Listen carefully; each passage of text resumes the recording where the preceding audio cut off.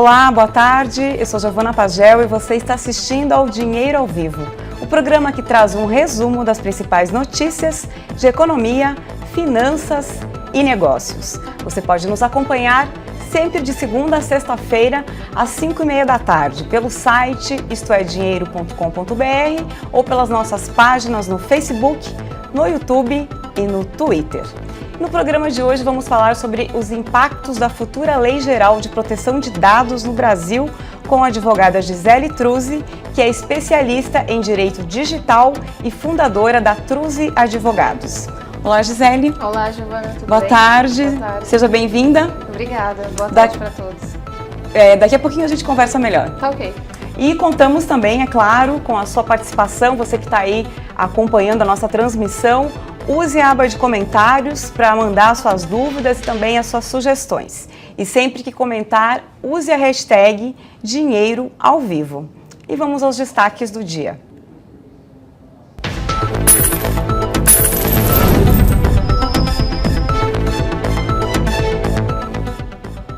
Inadimplência atinge 61,8 milhões de consumidores em junho. Demanda por bens industriais cai 8,3% após greve dos caminhoneiros. Sem consenso, acordo entre Mercosul e União Europeia terá nova etapa de negociação.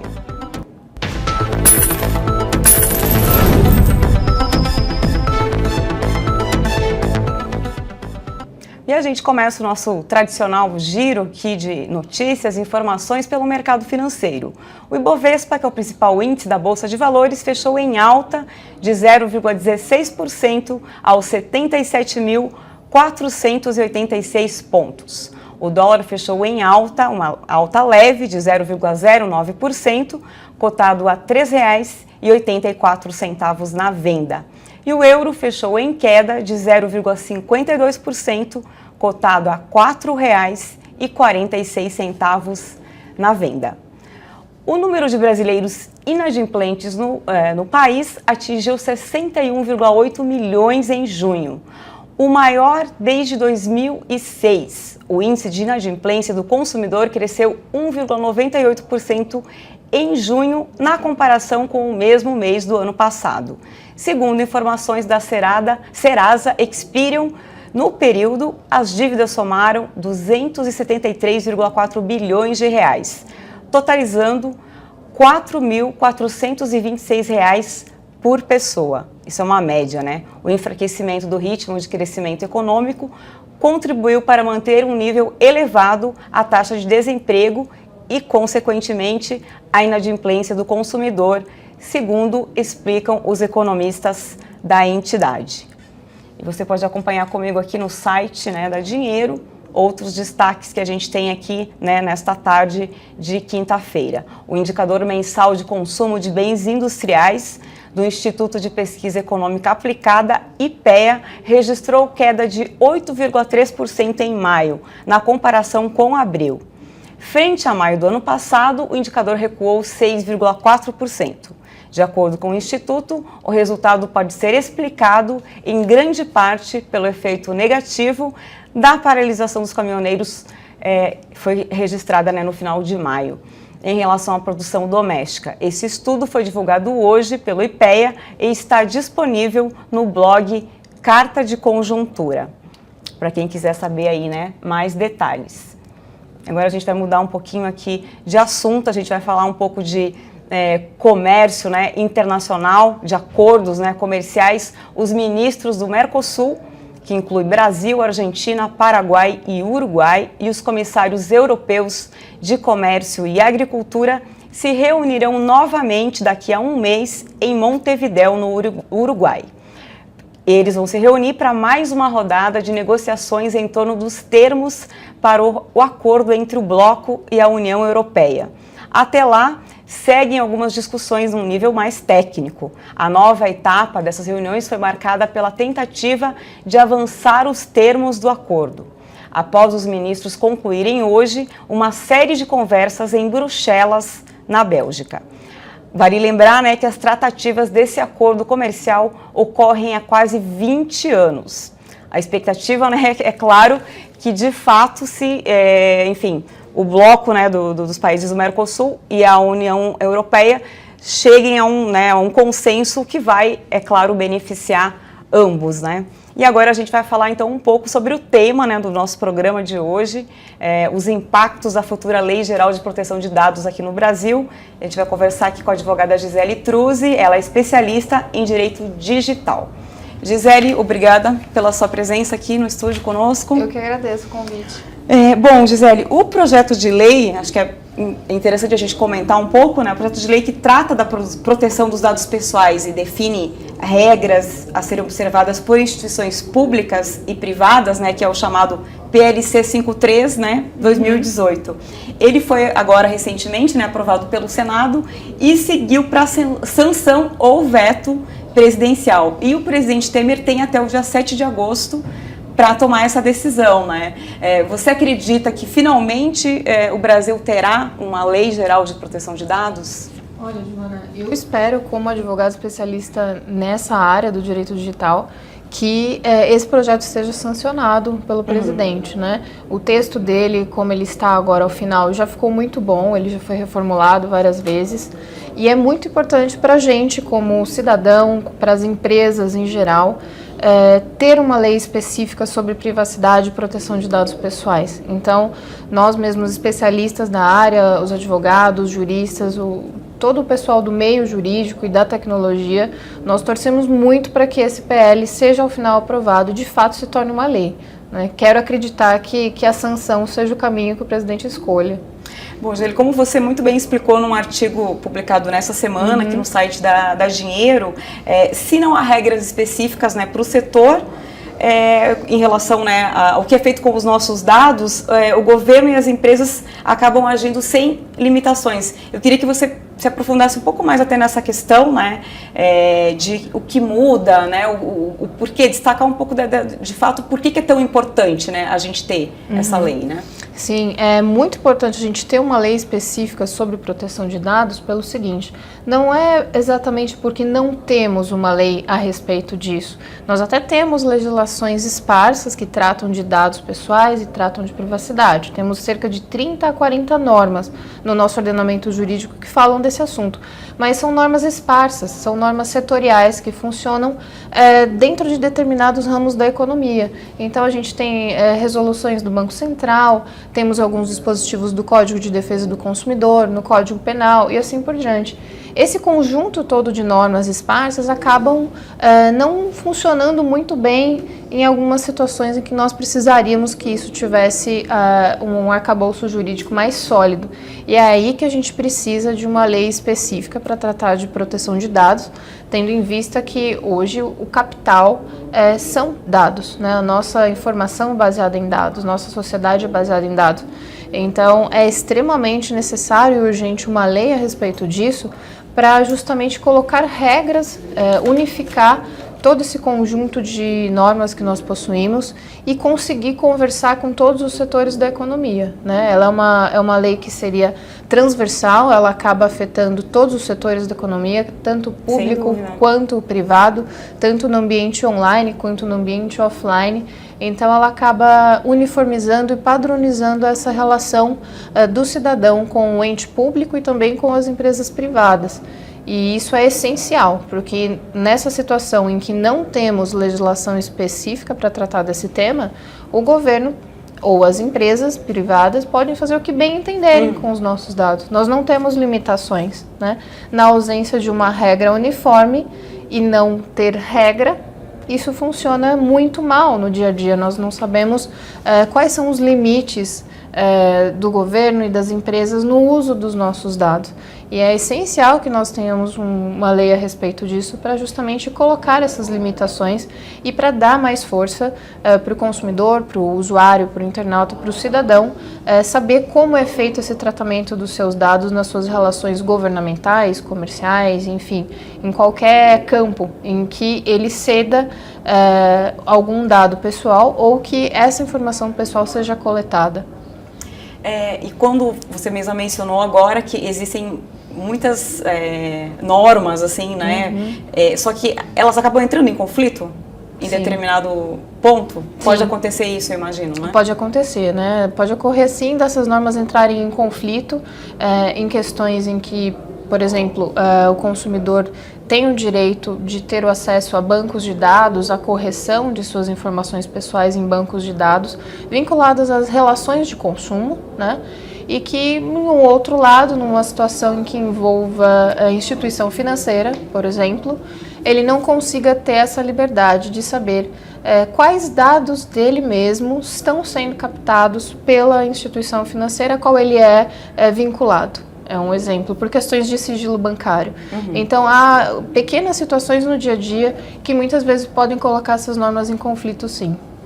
E se você fosse destacar os principais objetivos e vantagens, o que você elencaria, Gisele? Um dos principais objetivos e vantagens dessa Lei Geral de Proteção de Dados é justamente unificar e normatizar de vez o nosso ordenamento jurídico sobre proteção de dados pessoais, né? Enfim, aí todas as empresas e o governo terão que obedecer a esse novo regramento, né? Um segundo momento é dar o acesso ao cidadão, ao consumidor, ao usuário, internauta, sobre os seus próprios dados. Ele passa a ter o direito de saber quais dados seus aquela entidade possui e em que níveis, o que é feito com esses dados. Então, ele tem um total livre-arbítrio dos seus dados, ele pode, inclusive, se opor ao tratamento de determinados dados, se opor a algum tipo de armazenamento desses dados. Tem que ter essa transparência. Tem que ter uma transparência. Então, essa transparência também que é colocada pela lei, ela é essencial, é uma condição essencial para essa situação, é tornar essas relações comerciais, governamentais, muito mais transparentes do que elas são na realidade. Um outro ponto bem interessante dessa lei é a questão da portabilidade dos dados. O usuário passa a ser, além de, obviamente, o titular e detentor dos seus próprios dados, ele passa a ter o direito de portar esses dados para qualquer outro tipo de serviço ou plataforma, inclusive concorrente àquela plataforma onde ele tem os seus dados atualmente. Então, seria como se eu pudesse questionar uma determinada rede social ou plataforma, que eu tenho um serviço ali vinculado, sobre quais dados meus estão ali armazenados, e ter uma cópia desses dados e levar para a plataforma concorrente, permitindo a leitura, a operabilidade desses dados. Até porque esses dados têm valor. Exatamente, né? Isso é muito bom, é muito importante, porque dá ao usuário uma liberdade muito maior na contratação dos serviços que ele queira. E também isso permite a livre concorrência, né? A livre iniciativa, a questão do mercado, torna o mercado muito mais ágil e dinâmico, e também favorece o desenvolvimento tecnológico. Então, esses são alguns dos pontos que eu entendo como principais e inovadores nessa lei. Se ela for sancionada, o que vem na sequência? Quanto tempo, de fato, para que ela esteja sendo cumprida, enfim, posta em prática, digamos assim, né? Se essa lei for sancionada, nós temos um prazo de 18 meses, né, após a aprovação pelo presidente Michel Temer, temos um prazo de adaptação de 18 meses, que é um período em que as empresas e os entes públicos terão para colocar a casa em ordem, né, e também os usuários para terem ciência dessa lei. Para se preparar, de fato. Isso, para se preparar. Um período de adaptação e preparação para que as entidades públicas e privadas estejam de acordo com essa legislação. Então, aí só depois desses 18 meses de adaptação é que, de fato, a lei entrará em vigor e aí vai passar a valer para toda e qualquer empresa ou instituição pública. Eu só vou pedir uma licencinha, Gisele, para dar um alô para o pessoal que está acompanhando a gente. Só um segundinho aqui. O Ricardo, Josué, Mauro...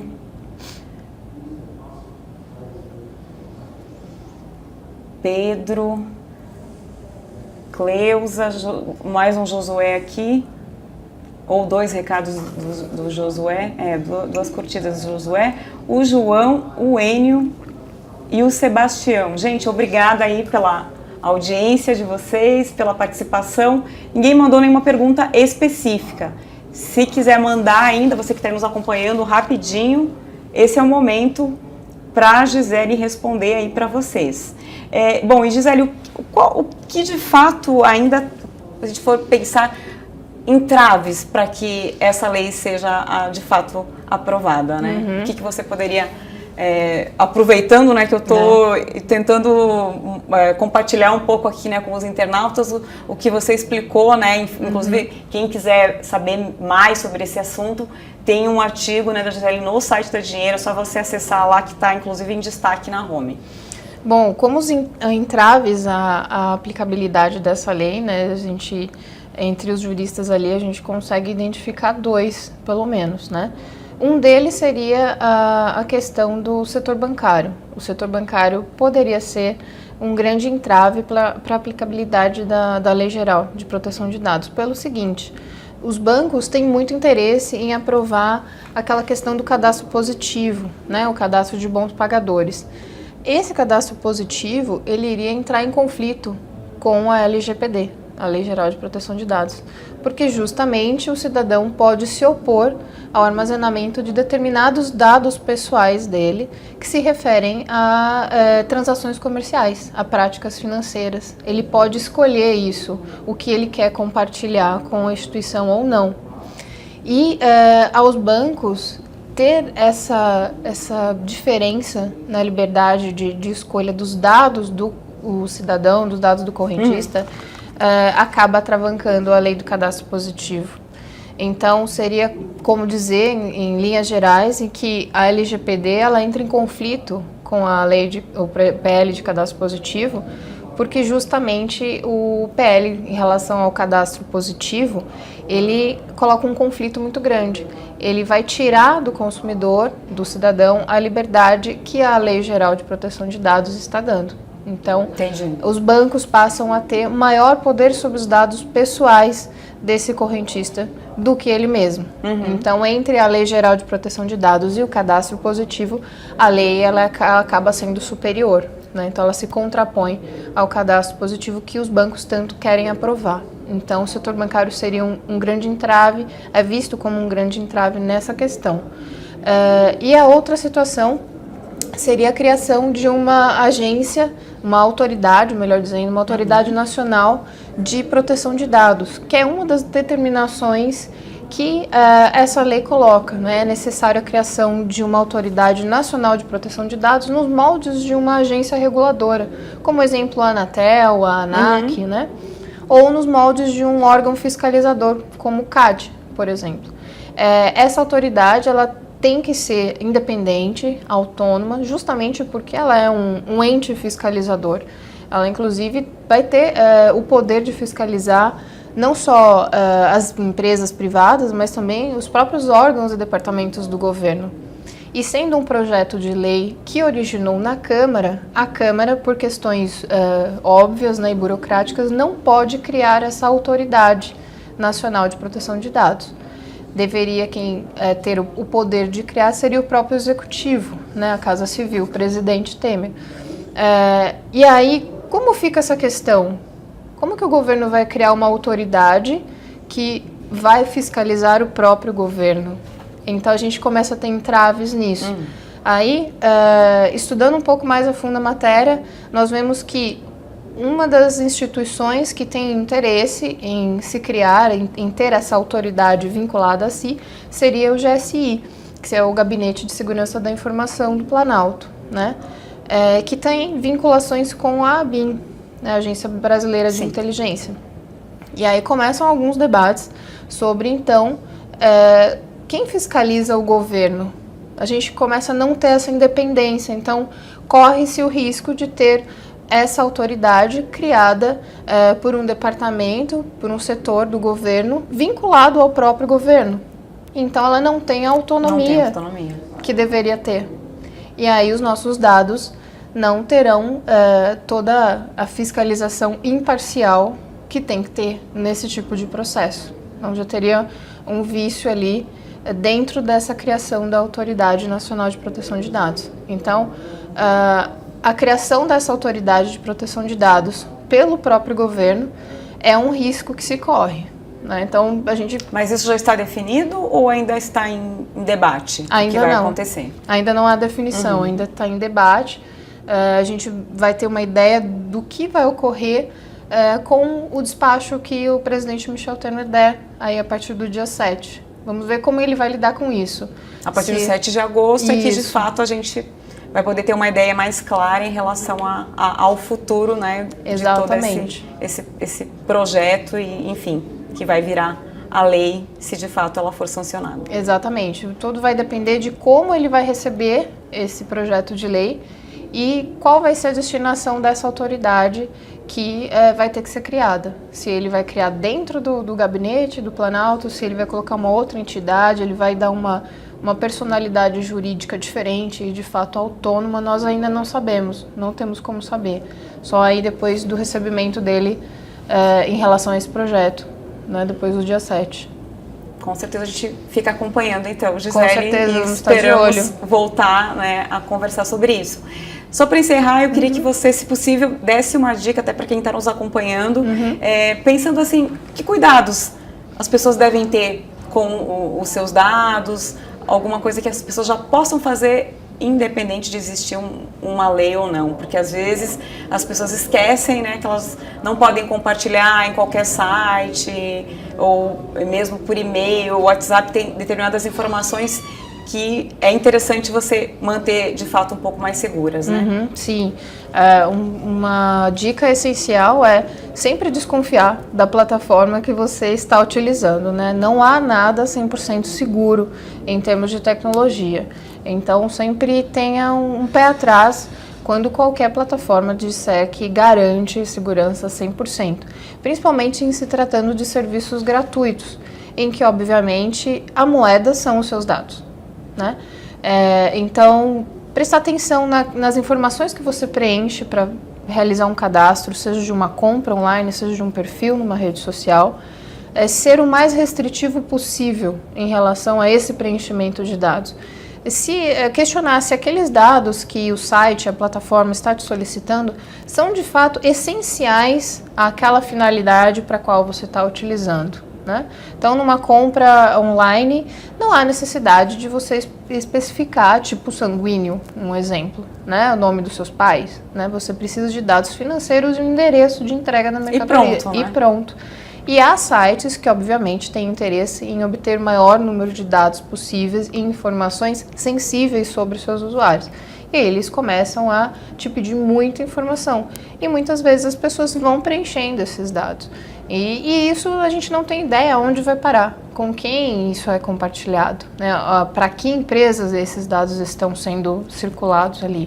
Ou muitas vezes até vendidos. Até vendidos, né? Então tomar muito cuidado nesse preenchimento voluntário de dados e questionar mesmo essa finalidade. Se aquele dado que você está fornecendo de fato é essencial para aquela situação. Tá ótimo. Gisele, agradeço muito a sua presença aqui. Eu que agradeço o convite. Obrigada e espero, né, revê-la em breve para a gente falar um pouco mais sobre esse assunto e esperamos que com notícias boas, né? Também. Espero que a gente possa voltar de novo a esse tema para falar que a lei foi sancionada. Eu também. Obrigada, viu? Obrigada, Giovana. Bom, e agora a gente vai saber quais são os indicadores econômicos em destaque amanhã, sexta-feira, dia 20 de julho.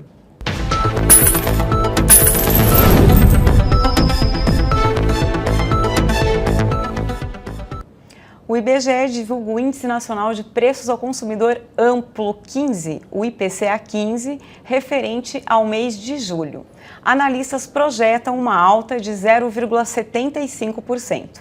E não esqueça de acompanhar também a programação da TV Dinheiro, direto dos estúdios da B3. Você pode acompanhar sempre programas sobre economia, negócios e também dicas de investimentos. Se inscreve lá no nosso canal no YouTube, aciona a notificação, que assim você será avisado todas as vezes que um vídeo novo for publicado. Este foi o Dinheiro ao Vivo desta quinta-feira, dia 19 de julho. Você pode conferir a nossa programação multiplataforma a partir do site da Dinheiro ou por meio das nossas redes sociais. E se quiser rever esse programa, é só entrar no nosso perfil no YouTube ou no Facebook, que todo este conteúdo fica lá à sua disposição. Um ótimo fim de tarde e até amanhã.